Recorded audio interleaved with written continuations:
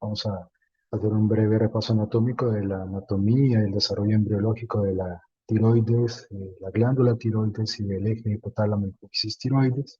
Vamos a hablar sobre la regulación de ese mismo eje, la síntesis, el metabolismo y la acción de las hormonas. Vamos a hablar sobre el cuadro clínico relacionado al hipo, el hipertiroidismo. Vamos a hablar sobre la etiología y el diagnóstico diferencial del hipo e hipertiroidismo.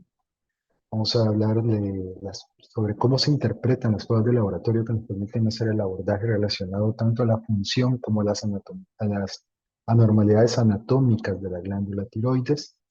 Vamos a hablar muy someramente de los principios sobre el tratamiento del hipo e hipertiroidismo y vamos a hablar un poco en relación a flujogramas de diagnóstico y seguimiento, cómo se toman las decisiones en la parte del diagnóstico y abordaje, seguimiento de estos pacientes. Hablaremos un poco sobre las diferencias entre bocios, nódulos y bocios con múltiples nódulos, así como el cuadro clínico que les da origen y la importancia del abordaje, sobre todo de la enfermedad nodular en relación al cáncer de la tiroides. Breve repaso anatómico de todos ustedes es conocido, la ubicación anatómica de la glándula tiroides anterior a la tráquea, entre el cartílago cricoides y la escotadura esternal. Recuerden ustedes que en el adulto promedio tiene un tamaño entre 6 y 7 centímetros de alto por 3 centímetros de ancho y un espesor de 15 a 20 miligramos. Anatómicamente consta de dos lóbulos conectados por un istmo y pues su espesor es equivalente al peso, en promedio tiene de 15 a 20 gramos.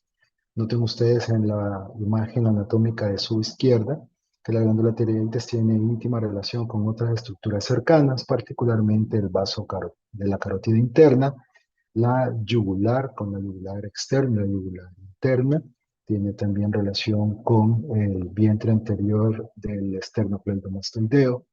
Es así como tenemos que tomar en cuenta todas estas condiciones para poder definir apropiadamente si lo que estamos palpando es la glándula tiroides.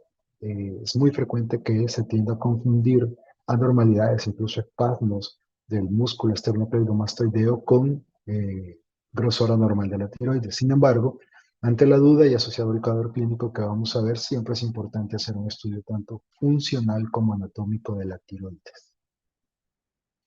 Recordemos que la tiroides se desarrolla a partir del suelo de la faringe primitiva en la tercera semana de gestación y desde la 11ª semana el producto en formación ya está sintetizando hormona tiroidea, aunque no tiene todavía independencia del eje y tiene mucha relación con el estado tiroideo de la madre. Breve repaso también de la microanatomía que ustedes ya vieron sobre la tiroides. ¿Se acuerdan que el tejido tiroideo está compuesto por folículos en cuyo interior hay un coloide, principalmente la glucoproteína llamada tiroglobulina? Recuerdan ustedes que es un órgano abundantemente irrigado y que esa irrigación relacionada a 5 veces el peso relacionado a su flujo es lo que permite la síntesis de la hormona tiroidea. Entonces, como ven en el gráfico de la derecha, ahí podemos ver los depósitos de coloide, la luz del coloide, los capilares y los bordes, las células en los bordes apicales que permiten la absorción del yodo derivado del plasma para la formación de las hormonas tiroideas.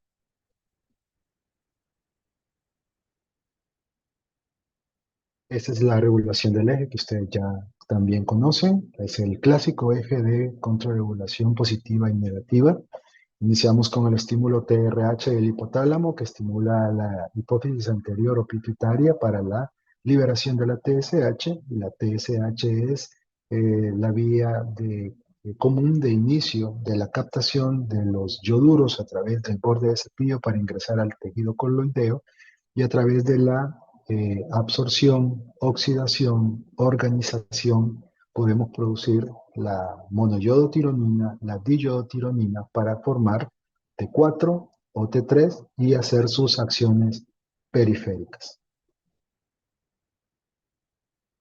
Fisiología normal también, sobre un breve repaso, recuerden ustedes que eh, la base de las hormonas tiroideas son la T3 y T4. Las T3 y T4 van a estar unidas a proteína, que son las que le permiten el transporte El 99.7% de la T3 está unida a proteína casi el 100% de la T4 está unida a proteína, ya que la T4 es una forma de reserva rápida periférica para el funcionamiento de la glándula tiroides. La vida media de la T3 es de 2 días, mientras que la vida media de la T4 es de 7 días. Y noten ustedes cómo la fracción activa de mayor potencia biológica y por tanto intracelular es la T3, mientras que, como ya mencioné, la T4 se considera una forma también activa pero de menor potencia y una reserva estratégica fisiológica plasmática en caso que sea necesario, ya que, como ustedes recordarán en fisiología, la T4 puede convertirse, fraccionarse periféricamente a T3 y con ello poder tener una reserva rápida sin necesidad de pasar por el funcionamiento de la producción de la glándula tiroides. Por tanto, obviamente, toda la T4 va a ser tiroidea, pero solo el 20% de la T3 es originada en la tiroides, es decir, el otro 80% es conversión de esa T4 hacia T3. ¿Cómo hacemos el abordaje funcional de los pacientes? Pues obviamente el abordaje de estos pacientes tendrá que ver con el cuadro clínico en base a algunos signos y síntomas que vamos a ver más adelante.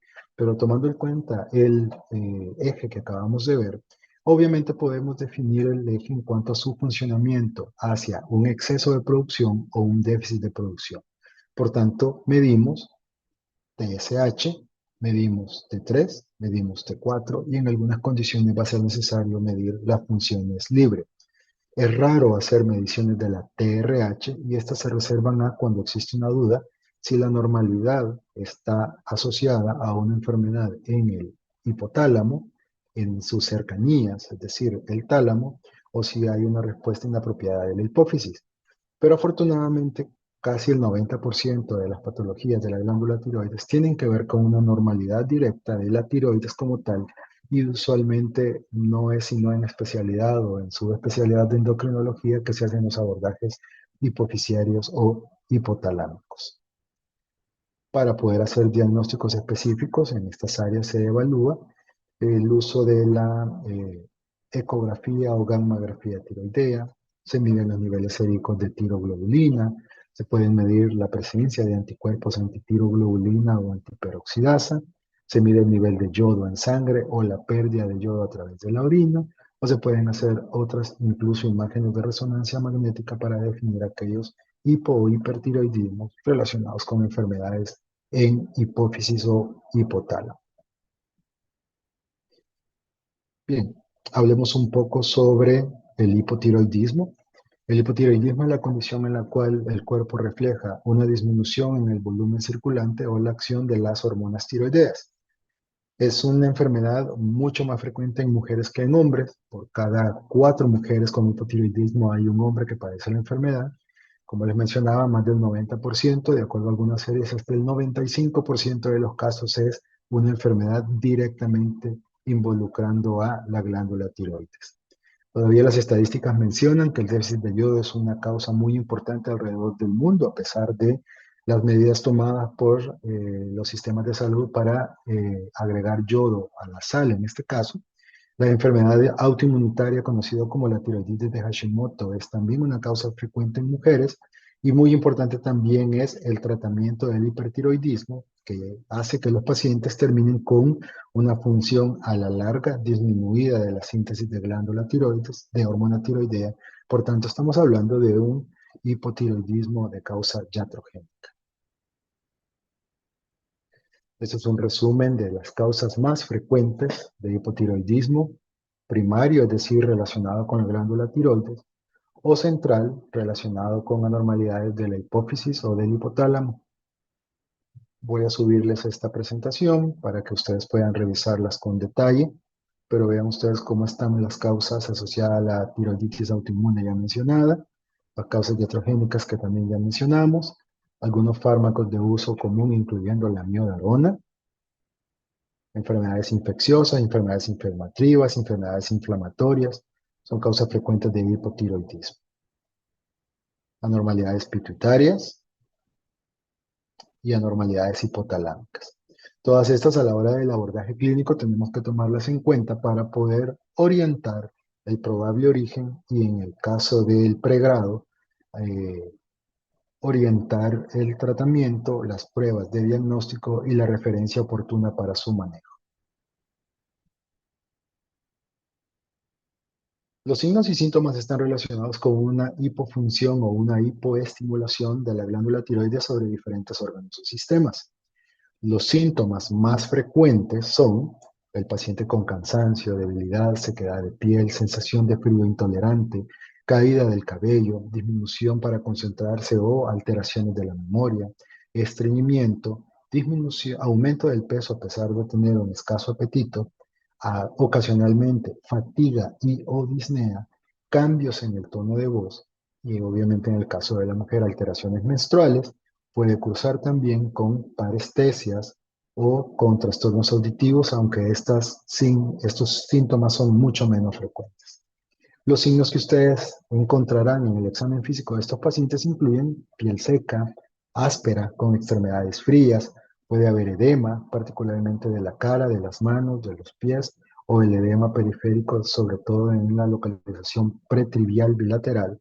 Puede haber alopecia difusa, pueden encontrar un ritmo cardíaco disminuido, pueden encontrar también alteración en la relajación de los reflejos osteotendinosos, puede cursar con un síndrome del túnel carpial y en algunos casos ya tendiente a la gravedad pueden asociarse también a derrames en cavidades serosas, incluyendo derrames pleurales, derrames pericárdicos, serositis o líquido libre en la cavidad abdominal.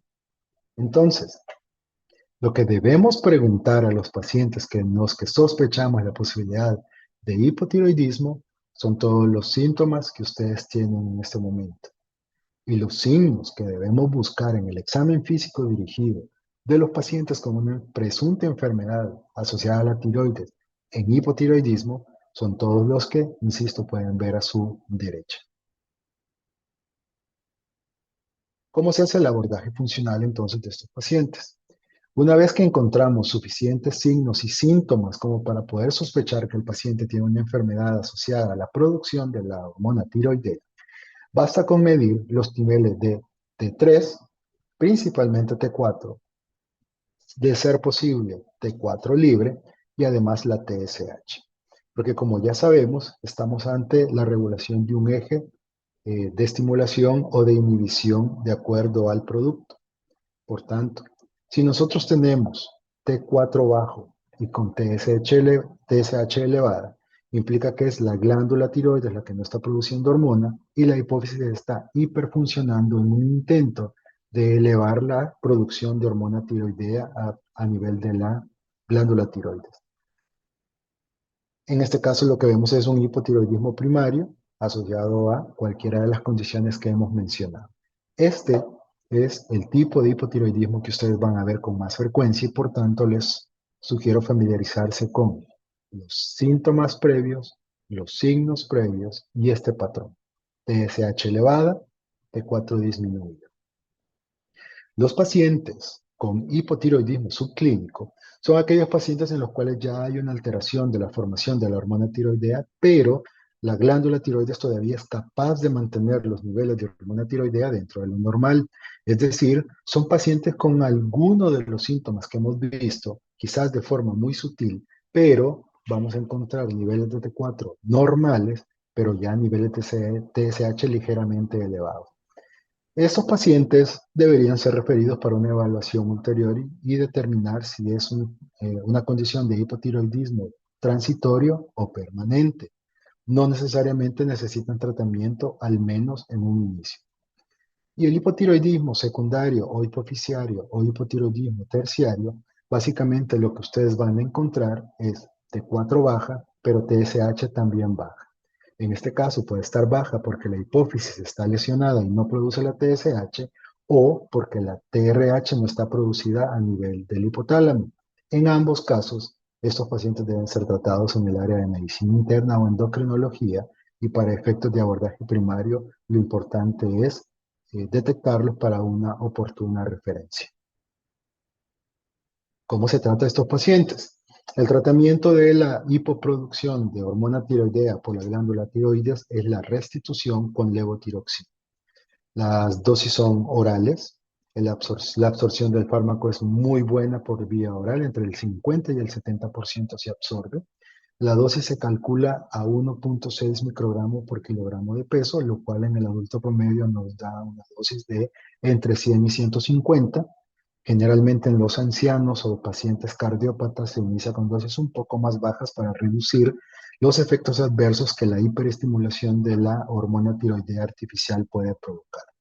Los controles se hacen cada 2 meses, iniciado el tratamiento, y los ajustes se hacen con aumentos o descensos de 12,5 a 25 microgramos por día. La forma de saber si el paciente ha alcanzado un estado de eutiroidismo es valorar los signos y síntomas, es decir, la resolución de los datos de hipotiroidismo y además la normalización de los niveles de TSH de 0,5, 0,4, dependiendo del laboratorio, hasta 4,2 son los niveles de TSH normales. Estos pacientes que vimos con estos signos y síntomas con valores de hasta 10 o más, paulatinamente van a ir reduciendo hasta alcanzar los valores de 4, 3, 2 de TSH y con ello podemos concluir que la dosis que estamos administrando es la dosis apropiada para el mantenimiento. Existen pacientes que pueden presentar crisis graves. El estado más grave de hipotiroidismo se llama coma mixedematoso. Es un estado avanzado, generalmente desencadenado por condiciones clínicas críticas y que principalmente lleva a deprivación del sistema nervioso central. Puede ser que un paciente con antecedente de hipotiroidismo o debutante de hipotiroidismo le sea llevado en estupor, en coma, con presencia de convulsiones de causa no establecida, pueden estar con hipotermia y son particularmente afectos a esta condición clínica los adultos mayores. Es muy importante siempre en ellos investigar las causas desencadenantes que pueden incluir la sobredosificación de sedantes, anestésicos, antidepresivos, cuadros infecciosos como la neumonía, insuficiencia cardíaca congestiva descompensada, infarto agudo del miocardio o los eventos cerebrovasculares. El tratamiento de estos pacientes es hospitalario, por tanto lo que se indica es el uso de levotiroxina por vía endovenosa, bolus de 500 microgramos y luego dosis de mantenimiento, si se puede por vía oral, si no, persistentemente por vía endovenosa de 50 a 100 microgramos por día, el uso de glucocorticoides para el alivio de la crisis y del fenómeno inflamatorio, y es de saber que la mortalidad de los pacientes que no son identificados o tratados puede llegar a ser hasta del 80% de los casos. El hipotiroidismo subclínico, lo habíamos mencionado con anterioridad, son pacientes con TSH alto, T3 y T4 normales. Está asociado sobre todo a tiroiditis crónica de origen autoinmune, es decir, pacientes crónicos con enfermedad de Hashimoto, el uso de drogas o tratamientos para un hipertiroidismo previo, o fármacos como el litio, la miodarona o medicamentos que contengan yodo. Puede ser mucho más manifiesto si son pacientes en los extremos de la vida o pacientes añosos. El nivel de TSH entre más alto nos dice que más rápidamente va a progresar a un hipotiroidismo manifiesto. Y también si los pacientes tienen anticuerpos, antiperoxidasa o antitiroglobulina, entre más altos son, más inflamación hay, más destrucción de la glándula y más rápido van a llegar a un hipotiroidismo como tal. Este es un flujograma que aparece en su libro de texto. Básicamente es la forma en que se hace la toma de decisiones de los pacientes con cuadro clínico y sospecha o confirmación de hipotiroidismo de acuerdo a los niveles de TSH. Si tenemos TSH elevada, se cuantifica la T4. Si la T4 está baja, es un hipotiroidismo primario. Debido a la presencia de enfermedad de Hashimoto, se recomienda el uso el envío de los anticuerpos. Si los anticuerpos son positivos, es confirmado un hipotiroidismo de origen autoinmunitario por enfermedad de Hashimoto y el tratamiento es con T4. Si los anticuerpos son negativos, hay que investigar otras causas primarias de hipotiroidismo. Si los pacientes tienen T4 normal, estamos hablando de pacientes eutiroideos o con hipotiroidismo leve, también se miden los anticuerpos para saber si estos pacientes van a atender a la progresión y van a desarrollar un hipotiroidismo en algún momento de su vida. Los pacientes que tienen una TSH normal, pero con niveles bajos, pues hay que investigar la enfermedad hipoficiaria y para efectos prácticos estos deben ser derivados y manejados en el área de medicina interna. Perdón. ¿Me confirman si tienen vista de la imagen de la diapositiva? Sí, doctor. Perdón, gracias. Entonces son pacientes en los cuales, como les mencionaba, se, se tiene que investigar la causa hipoficiaria, pero, insisto, son pacientes que en el nivel de pregrado solo tenemos que determinar si hay efectivamente un estado de hipotiroidismo y derivarlo oportunamente para el estudio apropiado. Veamos el otro lado de la balanza, el otro lado de la moneda. Los pacientes con tirotoxicosis son los que tienen un exceso en la producción y, por ende, un paciente con hiperfunción de la glándula tiroides. Ahora bien, no todos los pacientes que tienen mucha glándula, mucha hormona tiroidea en sangre van a desarrollar el hipertiroidismo. Hipertiroidismo es estrictamente cuando un paciente tiene síntomas asociados a exceso de hormonas tiroideas. Tirotoxicosis es el volumen inapropiadamente alto de hormona tiroidea en el plasma. De las causas más graves, la más frecuente es la enfermedad de Graves-Basedow, que es también una enfermedad de origen autoinmunitario. Los adenomas tóxicos, es decir, los nódulos que funcionan hiperfuncionante y causan un aumento de los niveles de hormona tiroidea en el plasma. Y los bocios, que también se acompañan de nódulos y cuyos nódulos también son hiperfuncionantes y producen más hormona tiroidea que la que el paciente necesita. Es muy raro encontrar hipertiroidismos hipoficiarios o hipotalámicos. Nuevamente insisto, el 90% de los casos son enfermedades directas del glándula tiroides. Nuevamente acá está un cuadro resumen de las causas relacionadas a enfermedades de la tiroides, enfermedades relacionadas a hipófisis o enfermedades del hipotálamo. De nuevo, los signos y síntomas que ustedes tienen que investigar y que tienen que recabar en las historias clínicas de los pacientes con sospecha de enfermedad de la tiroides, en este caso hipertiroidismo y o tirotoxicosis. Son pacientes que generalmente presentan eventos de taquicardia. Los ancianos suelen desarrollar fibrilación auricular. Son pacientes que se quejan de temblor distal constante, no necesariamente voluntario, es decir, o desencadenado por la acción y el movimiento. Usualmente, dependiendo de su origen, pueden tener bocio, pueden tener una piel caliente y húmeda, pueden quejarse de dolor o debilidad muscular, sobre todo proximal. Pueden tener, si es asociado a una enfermedad de Graves, una retracción palpebral con exoftalmo. Pueden quejarse incluso, en el caso de los hombres, de ginecomastia o anormalidades en el tejido mamario en la mujer. Y los síntomas que ustedes van a investigar son pacientes hiperactivos, irritables, con disforia, que no toleran el calor, que generalmente tienen una diaforesis desproporcionada. Van a encontrar arritmias o palpitaciones anormales, taquicardia. Van a encontrar pacientes fatigados, con debilidad objetiva. Son pacientes que tienen pérdida de peso, son pacientes que suelen quejarse de diarrea o de hiperdefecación, son pacientes poliúricos y son pacientes que pueden llegar a tener alteraciones del ciclo menstrual, sobre todo oligomenorrea o en ambos casos pérdida de la libido. Mencionábamos, así como la Hashimoto se asocia a hipotiroidismo, la Graves-Basedow se asocia a hipertiroidismo autoinmunitario.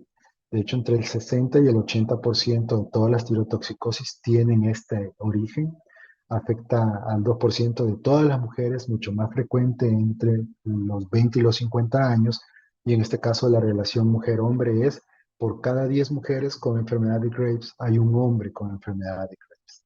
Como ya sabemos, es de origen por anticuerpos, así que se tiene que medir la presencia de anticuerpos antitiroglobulina, presencia de anticuerpos antiperoxidasa y en algunos casos se puede medir la presencia de anticuerpos anti el receptor de la TSH. Los factores predisponentes suelen ser infecciones bacterianas, virales, el estrés intenso, la exposición al yodo, el uso de hormonas tiroideas y la radiación. La oftalmopatía es quizás uno de los signos más evidentes de estos pacientes y eso es porque, así como los anticuerpos atacan la tiroides, también atacan los fibroblastos de los músculos extraoculares y de la piel circundante y es lo que hace o provoca la protrusión del globo ocular a través de las cuencas. El diagnóstico de laboratorio es relativamente sencillo. El paciente con este tipo de signos y síntomas va a tener una TSH prácticamente en nivel de cero, con hormonas tiroideas libres o totales elevadas y en algunos casos, sobre todo en la enfermedad de Graves, vamos a encontrar que están positivos los anticuerpos antiperoxidasa. Esta es para que ustedes recuerden la clasificación de la oftalmopatía por enfermedad de Graves hasta las etapas ya más avanzadas en las cuales ya hay pues, lesiones irreversibles debido a la exposición continua del ojo y la falta de lubricación, más la lesión de los músculos oculares y finalmente lesiones a nivel del nervio óptico. El tratamiento, pues estos pacientes tienen que ser diagnosticados, generalmente son enviados al área de medicina interna o de endocrinología. La base es bloquear la función de la hormona tiroidea y esto se hace con estos tres fármacos a la cabeza, el propiltioracilo, el carbamazol y el metimazol. Básicamente estos lo que hacen es inhibir la oxidación a través de la oxidasa tiroidea. Por tanto, si no hay oxidación, no hay yodo disponible para formar monoyodo, diyodo. Si no hay monoyodo y diyodo, no habrá ante 3 ni ante 4 y con eso disminuimos la cantidad de hormona tiroidea en plasma. El propiltioracilo tiene un extra, evita que la T4 se convierta en T3 a nivel periférico y nos ayuda todavía más a reducir de forma más rápida los efectos de la tirotoxicosis y del hipertiroidismo. La dosis inicial, el fármaco más utilizado es el metilazol, suele utilizarse de 10 a 20 miligramos cada 8 o 12 horas. La dosis del fármaco viene de 5 miligramos o de 10 miligramos y se ajusta de acuerdo a necesidad. En el caso del propiltioracilo, es de 100 a 200 miligramos cada 6 u 8 horas. Y las pruebas de función tiroidea, en este caso no nos esperamos 2 meses como en el caso del hipotiroidismo, sino que se hace tan rápido como en 3 o 4 semanas para definir si necesitamos aumentar o reducir la dosis con la idea de ser más eficientes o evitar el hipotiroidismo de tipo iatrogénico. Estos pacientes van a tardar en alcanzar niveles de control y dado que las manifestaciones clínicas más importantes suelen ser neurológicas o cardiovasculares, suelen tener que utilizar fármacos beta bloqueadores como el propranolol u otros beta bloqueantes y ansiolíticos para controlar sobre todo el problema del sueño, el problema de ansiedad. El tratamiento definitivo, solo para su conocimiento a grandes rasgos, puede necesitar el uso de yodo radioactivo para hacer una intoxicación controlada médica de la glándula tiroides. Es seguro, actúa rápido, pero la desventaja es que el 100% de los pacientes desarrollará en algún momento hipotiroidismo. Es la primera elección en pacientes que tienen recidiva a pesar del tratamiento con los fármacos previamente vistos o aquellos que tienen intolerancia a las drogas antitiroideas. Por supuesto que está contraindicado en embarazo y lactancia. Así como el coma mixedematoso es la condición más grave del hipotiroidismo, la tormenta tiroidea es la condición más grave del hipertiroidismo. Puede tener una mortalidad de hasta el 30%. Está relacionada a infecciones, traumatismos, cirugías de tiroides o cuadros metabólicos como la cetoacidosis diabética. Sus manifestaciones clínicas son un estado exacerbado del hipertiroidismo previo, incluyendo hipertermia, hipoxia, y los datos de laboratorio son un aumento excesivo de la T3 y la T4 junto con una TSH deprimida. El tratamiento de estos pacientes es hospitalario. Se utilizan dosis altas de propiltioracilo de 100 miligramos en el inicio y 200 a 300 cada 6 horas. Propanolol también en dosis respuesta de hasta 60 miligramos cada 4 o 6 horas. Y el uso de esteroides como la dexametasona para el control del cuadro inflamatorio. Solo vamos a mencionar un par de detalles sobre las tiroiditis. Las tiroiditis también son una causa de hipertiroidismo. Pueden ser tiroiditis aguda de origen infeccioso, sobre todo bacteriano, o las tiroiditis subagudas asociadas a enfermedades asociadas a virus. Tienden a ser más sintomáticas en pacientes ancianos y la característica es que se acompaña de dolor en la región anterior, es decir, la ubicación de la glándula tiroides, se irradia hacia los oídos y generalmente a la palpación vamos a encontrar un bocio pequeño hipersensible, asimétrico, y son pacientes que se quejan de fiebre, de disfagia y puede a veces encontrarse un eritema en la región de la glándula tiroides. Además de encontrar TSH disminuida con T3 y T4 elevada, en estos pacientes vamos a encontrar anormalidades del leucograma con leucocitosis, neutrofilia o linfocitosis y la velocidad de eritrosedimentación va a estar alterada. El tratamiento es con antibióticos, con aspirina a dosis de 600 miligramos 4 veces al día o con el uso de esteroides como la prednisona o la prednisolona. Las tiroides subagudas mencionábamos que son de origen viral. Lo importante de ellas es que un paciente puede atravesar una fase inicialmente tirotóxica, luego alcanzar el estado hipotiroideo, perdón, y al final alcanzar el estado de eutiroidismo y en estos solo es manejo expectante. El tratamiento es el mismo, como habíamos mencionado, con aspirina y esteroides, sin el uso de antibióticos, pues son infecciones autolimitadas. Y las tiroiditis crónicas usualmente son secuelas de enfermedades previas o asociadas a la enfermedad de Hashimoto.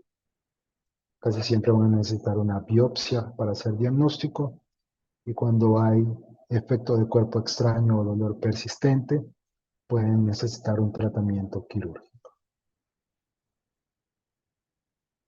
De nuevo, este es el flujograma que aparece en su libro de texto para el abordaje de los pacientes con tirotoxicosis. Paciente con cuadro clínico sintomático, con TSH disminuida y con T4 elevada. Estamos hablando de una normalidad propia de la glándula tiroides y se evaluará de acuerdo a todas las posibilidades. Es raro encontrar TSH elevada con T3 y T4 elevada, y entonces estaríamos hablando de una normalidad anual de la hipófisis, en cuyo caso de encontrar este patrón implica la derivación a segundo o tercer nivel de atención. Bien, vamos a ir finalizando hablando solo un poco sobre las anormalidades de la glándula tiroides en cuanto a su estructura. El bocio, en pocas palabras, es un aumento de la glándula tiroides. Las causas del bocio son defectos de la síntesis hormonal, es decir, si tengo poca hormona tiroidea, mi glándula va a crecer para tratar de equiparar el nivel necesario. Puede ser déficit de yodo, mucho menos frecuente, pero aún debe tomarse en cuenta. Poco yodo circulante aumenta el volumen de la glándula para captar más y, al final, producir más hormona tiroidea. Enfermedades autoinmunes, como ya hemos visto, Hashimoto o Graves, y los bocios que no son bocios puros, sino que son bocios nodulares. Los bocios pueden ser difusos, pueden ser nodulares. En el caso de los bocios difusos, vamos a determinar si son bocios tóxicos o no tóxicos. Si son bocios tóxicos, hay que pensar en enfermedad de Graves o en las tiroiditis agudas. Si son no tóxicos, generalmente son tiroiditis crónicas autoinmunes o déficit de yodo. En el caso del bocio nodular, tenemos que definir si es un solo nódulo o múltiples nódulos. Si es un solo nódulo, vamos a ver el abordaje más adelante. Si son múltiples nódulos, de nuevo, hay que investigar si esos nódulos son tóxicos o no tóxicos. Eso se hace con la medición de las hormonas tiroideas y otros estudios de función directa de la tiroides. Acá se cruzaron un poco las diapositivas. Bueno, básicamente los pacientes con bocio difuso no tóxico, en resumen, no hay nódulos, es un bocio que está grande y que no funciona más de lo normal. Casi siempre tiene que ver con déficit de yodo con déficit de yodo en plasma, con el uso de fármacos que bloquean la función captación del yodo y por tanto la glándula tiene que crecer para formar un equilibrio, o con déficit en la síntesis, transporte, organificación o acoplamiento del yodo en la glándula tiroides. El crecimiento, como les mencioné, es fisiológico, es un intento de mantener los niveles en plasma y básicamente lo que vamos a encontrar son tiroides grandes, simétricas, blandas, no dolorosas y en general no debería tener algún tipo de disfunción. Sin embargo, en todos los pacientes se tiene que investigar la función de la glándula tiroides midiendo T3, T4 y TSH. El diagnóstico en estos pacientes es básicamente TSH normal, T3 normal con T4 ligeramente baja. Y ese es el patrón característico del déficit de yodo. En algunos casos podemos encontrar los anticuerpos y de acuerdo a los anticuerpos pensar que es un origen autoinmunitario. Y en la ultrasonografía solo se indica cuando tenemos la sospecha de que estos pacientes tengan precisamente nódulos en el interior y estén causando el aumento de la glándula tiroides. Lo que se utiliza en estos casos se conoce como dosis de supresión tiroidea, es decir, le damos al cuerpo la tiroides, la hormona tiroidea que necesita para que la glándula deje de crecer.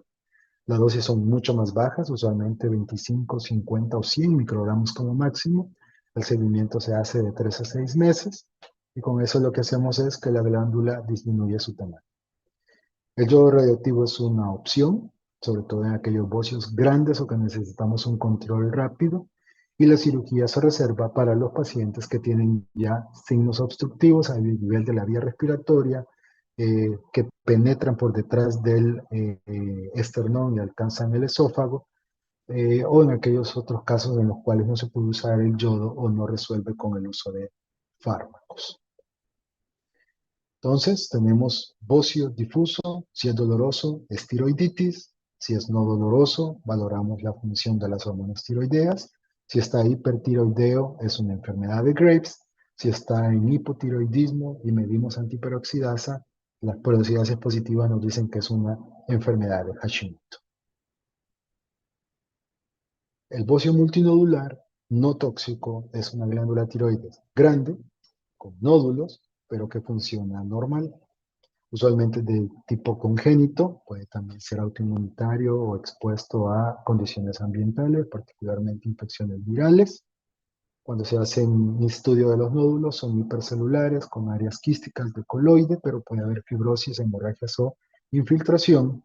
Y ojo, hasta el 12% de los adultos van a llegar a tener nódulos en la glándula, pero son asintomáticos. Estos pacientes con bocio multinodular no tóxico simplemente es una glándula grande que tiene múltiples nódulos, pero que no hiperfunciona. Normalmente los síntomas van a ser cuando es notorio el crecimiento de la glándula, cuando hay disfagia, disnea o cuando compromete, como ustedes vieron, los vasos cercanos y por tanto produce plétora facial. Cuando hay dolor debe sospecharse de la hemorragia en un nódulo o sospecha de malignidad. Y cuando hay disfonía generalmente tiene que ver o con una compresión de la vía respiratoria o con una afección del nervio laringeo recurrente y también debe sugerirnos la posibilidad de malignidad. En el caso del diagnóstico de estos pacientes, se toma TSH para estar seguro de que no está causando una función anormal de la glándula tiroides. Cuando hay sospecha de compromiso de la vía respiratoria superior, se puede usar un esófago varitado o si es en la vía respiratoria, tiene que hacerse una laringoscopía. Puede utilizarse ultrasonido, taco, resonancia, estrictamente para determinar los niveles o las relaciones anatómicas del bocio tiroideo. Y el CAP solo se indica cuando sospechamos o hay factores de riesgo de malignidad o cuando en la palpación hay un nódulo que es mayor que todos los demás y tenemos que investigarlo. El tratamiento es conservador, si no hay síntomas no se trata y la supresión con levotiroxina suele ser poco efectiva. Las dosis son iguales que el que habíamos mencionado para el bocio general y generalmente estos pacientes van a necesitar el uso de yodo radioactivo como tratamiento definitivo. Esta es la parte muy importante, los bocios pueden ser multinodulares y también pueden ser tóxicos y en este caso asumimos que es una glándula grande, pero además tiene nódulos y esos nódulos sí generan un aumento de la función de las hormonas tiroideas. Igual es más frecuente en ancianos, los cuales manifiestan síntomas cardiovasculares o neurológicos, pueden estar desencadenados por el uso de material de contraste, llevando a tirotoxicosis. Y los datos de laboratorio son, obviamente, hablamos de toxicidad, TSH baja con T4 normal o ligeramente aumentada y T3 más alta que la T4. En estos pacientes está indicado el uso de la gammagrafía de tiroides. y lo que vemos es esto. A su izquierda pueden ver una gammagrafía de tiroides normal en la que ven dos lóbulos unidas por un istmo, en el cual cada lóbulo tiene una captación homogénea. En la parte central pueden ver un paciente con un bocio tóxico, es decir, una glándula muy aumentada de tamaño en el cual todo, incluso el istmo, capta y produce hormona tiroidea. Y a su derecha pueden ver un paciente con bocio multinodular en la que observan por lo menos la presencia de 5 a 6 áreas de hipercaptación, generalmente nódulos, que son nódulos que están produciendo más hormona de la normal. El tratamiento es utilizar el propiltioracilo, tapazol, metimazol, propranolol y ansiolítico para alcanzar el estado eutiroideo y luego tomar una conducta definitiva.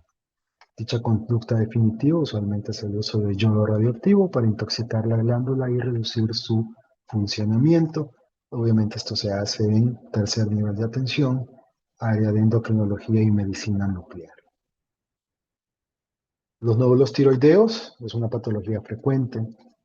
3 a 7% de los adultos pueden tener nódulos en el examen físico. 25% de las ultrasonografías de tiroides revelan presencia de nódulos y estos pueden ser solitarios o múltiples, funcionales o no funcionales. De nuevo, una cintilografía de tiroides en el cual observan ustedes un solo nódulo, en este caso hipercaptante, es decir, es lo que conocemos como nódulo hiperfuncionante o nódulo caliente. Si este paciente tiene hipertiroidismo, toda la glándula tiroides y su hiperfunción depende exclusivamente de ese nódulo y es hacia ello que se identifica y se dirige el tratamiento. Los nódulos hiperfuncionantes ameritarán el tratamiento con antitiroideas y beta-bloqueadores, pero de nuevo, no es el mejor tratamiento a largo plazo y también tendrán que ser sometidos al uso del yodo radioactivo para su inhibición. Sobre los nódulos, lo importante es que tenemos que definir si son nódulos benignos o nódulos malignos. Todo paciente con nódulos debe investigarse la posibilidad de neoplasia de la tiroides hasta no demostrarse lo contrario. Y por ello es que se utilizan ellos la citología por aspiración de aguja fina y de acuerdo a los hallazgos ultrasonográficos, la escala de T-RADS de estadificación de los nódulos de la glándula tiroides, sabiendo que el nódulo T-RADS 1 y 2 son nódulos predominantemente benignos, el T-RADS 3 es un nódulo indeterminado y los T-RADS 4A, 4B o 5 son muy probables asociados a cáncer y deben ir a aspiración por aguja fina para hacer el estudio histopatológico. Entonces, ya lo veíamos, los nódulos se tienen que llevar a centelograma, los nódulos fríos pueden ser sospechosos de malignidad, los nódulos calientes o hipercaptantes raramente son sujetos de neoplasia y se les puede iniciar el tratamiento y a la larga la terapia con yodo radioactivo de acuerdo a la respuesta de los mismos. Por favor, prestar atención a este cuadro. Son los pacientes de acuerdo a la clasificación de las neoplasias de las glándulas tiroides. El carcinoma folicular epitelial de la glándula tiroides en su variante papilar es la más frecuente. Los foliculares son la segunda más frecuente. Ambos son cáncer, aunque el primero tiene mejor pronóstico del segundo, pero en el segundo hay que prestar especial atención porque al ser un cáncer derivado de las células foliculares, puede llegar a parecer normal y ser reportado como normal, pero ahí es donde nos tiene que llamar la atención los antecedentes familiares del paciente y los factores de riesgo asociados a cáncer. De hecho, el cáncer de tiroides es la neoplasia más frecuente del sistema endocrinológico. Pueden ser tumores diferenciados o tumores indiferenciados. Los diferenciados, el papilar y folicular, son los más frecuentes, son curables y, entre comillas, tienen un mejor pronóstico. Nuevamente es una incidencia mayor en la mujer que en hombres. 9 pacientes por cada 100.000 por año es lo que se identifica y suelen aumentar con la edad. Es más predominante a nivel de los 50 años, pero eso no significa que pacientes jóvenes no lo puedan padecer. Esa es la división que habíamos mencionado. Por favor, recordar que el cáncer papilar es el más frecuente, el folicular también existe y puede pasar desapercibido. Factores de riesgo de cáncer de tiroides en un nódulo tiroideo. A todo paciente en el que encontramos nódulo de tiroides tenemos que investigar si ha tenido antecedente de radiación en cabeza y cuello, si ha tenido exposición a radiación ionizante, sobre todo en la infancia o en la adolescencia. Factor de riesgo se considera nódulo en menor de 20 años o arriba de 65, nódulo de gran tamaño, llámese más de 4 centímetros, nuevas lesiones cervicales que aumentan de tamaño en un tiempo corto, el sexo masculino es un factor de riesgo, antecedentes familiares de neoplasia de tiroides o de neoplasia endocrina múltiple, parálisis de las cuerdas vocales, disfonía o las características que ustedes ya conocen de las lesiones nodulares, es decir, nódulo grande, pétreo, irregular, no móvil, doloroso. Cualquier condición de esas, estamos obligados a enviar un ultrasonido de glándula tiroides y que a través del TRADS nos digan la posibilidad de ser un nódulo de características neoplásicas y por tanto ser referido a la citología por aspiración de aguja. Cáncer papilar de tiroides, el más frecuente, de diseminación linfática, suele dar metástasis a hueso y raramente a pulmón, y es de todos los cánceres de tiroides el que tiene el mejor pronóstico. Cáncer folicular es el más frecuente en las áreas donde hay déficit de yodo. Es difícil de diagnosticar porque suele ser reportado como un tejido tiroideo normal. Su diseminación no es linfática, sino hematógena. Suele dar metástasis a hueso, a pulmones y al sistema nervioso. Y como les mencionaba, lo anterior nos hace sospechar mal pronóstico en estos pacientes. Muy bien. ¿Preguntas al respecto en relación al abordaje de los pacientes con enfermedad de la tiroides? Una pregunta, ¿tienen salud pública hoy por la tarde? No, doctor. Ah, ok. Perdón, iba un poquito a prisa porque se me había avisado de la universidad que tenían salud pública, pero tenía que confirmar con ustedes. Igual, pues, la clase sé que ha sido larga, hay muchos detalles que tocar, por eso es que yo les voy a compartir la presentación, pero me gustaría saber si tienen preguntas en relación al abordaje de los pacientes con enfermedad de la glándula tiroides.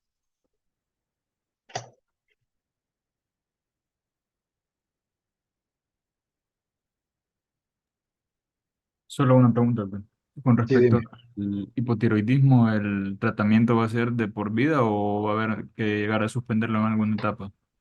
Depende de la causa. Por eso es que en estos pacientes, depende de la causa, por eso es que en estos pacientes hay que hacer el seguimiento. Inicialmente, si podemos definir que es de origen infeccioso, al controlar la infección normalmente debería solucionarse. Si es por el uso de fármacos, obviamente al suspender el fármaco debería solucionarse.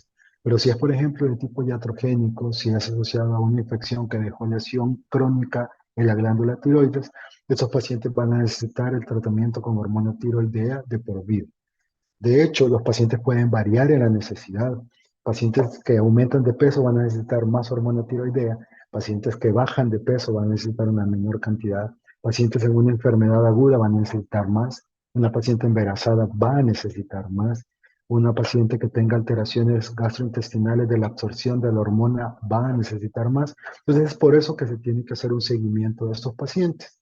Es importante informar a los pacientes y hacerles ver cuándo hay síntomas de hipo o cuando hay síntomas de hipertiroidismo. Si un paciente tiene síntomas de hipo, tiene que consultar, ustedes lo evalúan, ven el nivel de TSH y si ven que en una condición previa estaba controlado y si el paciente ha cumplido el tratamiento y súbitamente la TSH se empieza a elevar y que es compatible con el cuadro clínico, necesita un ajuste. ¿Será un ajuste de por vida? No lo sabemos. Para eso es que se hacen los seguimientos, insisto, usualmente cada 2 meses, 3, 4 o 6, dependiendo de la necesidad. Entonces, dependerá de cada caso en particular si el tratamiento es de por vida o si es un tratamiento temporal. Ok, muchas gracias, pues. Aquí. ¿Alguien más pregunta en relación al abordaje de los pacientes con la enfermedad tiroidea? Aquí lo importante, jóvenes, es qué tiene, qué síntomas tiene el hipo y el hiper. ¿Qué signos tiene el hipo y el hiper? Y una vez es compatible con uno de los cuadros, mandar T3, T4, TSH. TSH, T3 baja con TSH elevada, Tiroides no funciona, definimos causa, damos tratamiento. T4 elevada con TSH suprimida es hiperfunción de la glándula tiroides. Utilizamos los antitiroideos y definimos su causa. Todas las causas que sean secundarias a trastornos de la hipófisis o del tálamo son manejadas en área de especialidad y tienen que ser referidas. Y muy importante, de todo lo que hemos hablado, el cáncer de tiroides es uno de los cánceres que, como ya vieron, tiene mayor tasa de metástasis, porque la glándula tiroides es muy irrigada, entonces puede dar metástasis rápidas y a sitios muy distantes. Y desafortunadamente es un cáncer que se da en pacientes jóvenes. La glándula tiroides funciona mucho más en un embarazo. Se van a encontrar con pacientes embarazadas que de repente tienen un nódulo que se descubrió en la etapa postparto y se cree que es una acomodación normal, fisiológica, asociada al parto, y no es así. No se investigan los factores de riesgo, no se hace un estudio adecuado, no se ve si hay enapatías cercanas, no se investiga los factores de riesgo ni los antecedentes familiares. Y cuando venimos a mandar un CAF y tomamos un resultado, es un TRAT5, es un CA anaplásico, y la paciente tiene 3 a 6 meses de vida con un embarazo o con un recién nacido de 1, 2, 6 meses y se va a morir. Entonces, es importante investigar, es importante tamizar, es importante diferir a un tratamiento adecuado o una investigación apropiada a los pacientes con nódulos de la glándula tiroides. Entonces, por favor, de los signos, síntomas, la interpretación por examen de laboratorio y los factores de riesgo del cáncer de tiroides es lo principal que nos interesa que ustedes conozcan del abordaje, al menos en el nivel en que nos encontramos ahorita. ¿Preguntas al respecto? Doctor, yo solo tengo una Dime. duda. Sí, dime. Un paciente con hipotiroidismo subclínico con o sin Ok. tratamiento Ujú. siempre va a debutar a un hipotiroidismo clínico. No siempre, depende de qué lo esté causando. Te doy un caso. Paciente añosa que usa miodarona por fibrilación auricular. La miodarona interrumpe la formación de la hormona tiroidea. Sin embargo, como es una tiroides sana, que simplemente está influenciada por una condición externa, se va a esforzar en producir más hormona tiroidea. Ese esfuerzo se mide por un aumento de la TSH, pero la paciente está sintomática.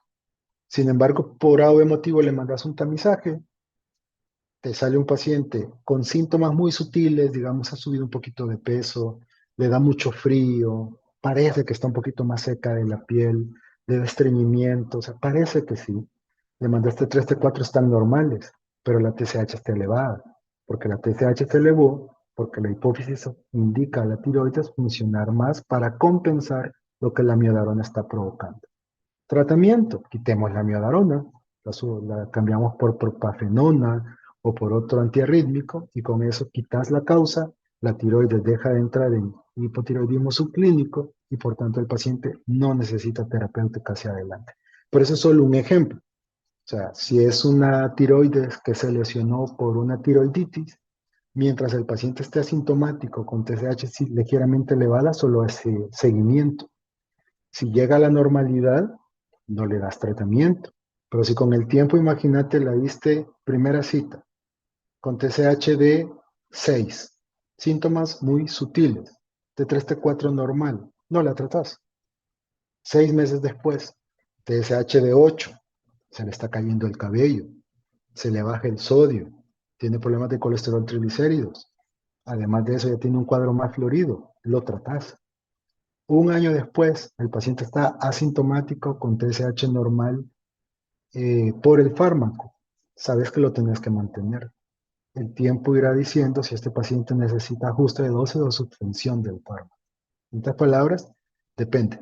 Depende de qué tan, del origen, de la edad del paciente y de qué tan rápido se ha elevado la TSH para tratar de predecir si va a necesitar tratamiento para el resto de la vida. Gracias, doctor. A ti. ¿Alguien más antes de poder finalizar la reunión?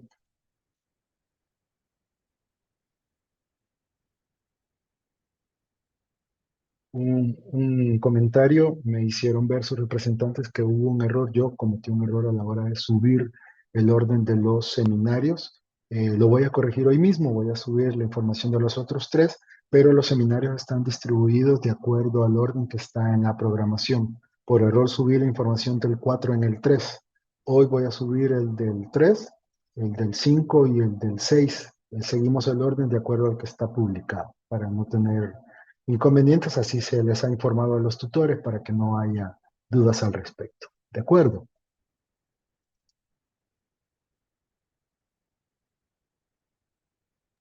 De acuerdo, doctor. Ok. Gracias a todos. Entonces, les agradezco, les subo la información en el transcurso de la tarde. Si no hay más, feliz día para todos. Gracias, doctor. A Es el doctor ustedes. Felipe. Gracias, doctor.